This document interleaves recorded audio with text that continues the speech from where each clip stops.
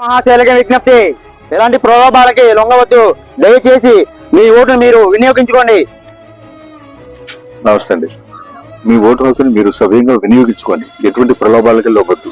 అలాగే సార్, తప్పకుండా. సునీల్ గారు, పాంప్లెట్ ఇవ్వండి. ఏంటి సార్ ఇది? నాకు కూడా ఎవరా? మీ దగ్గర కూడా వస్తున్నాం సార్. సార్, మీ ఓటు హక్కుని ఎటువంటి ప్రలోభాలు లొంగకుండా నిజాయితీగా వేయమని ఈ పాంప్లెట్ లో ఉంది. అదే చెప్తున్నాం సార్. ఇంతకీ ప్రలోభాలంటే ఏంటి సార్?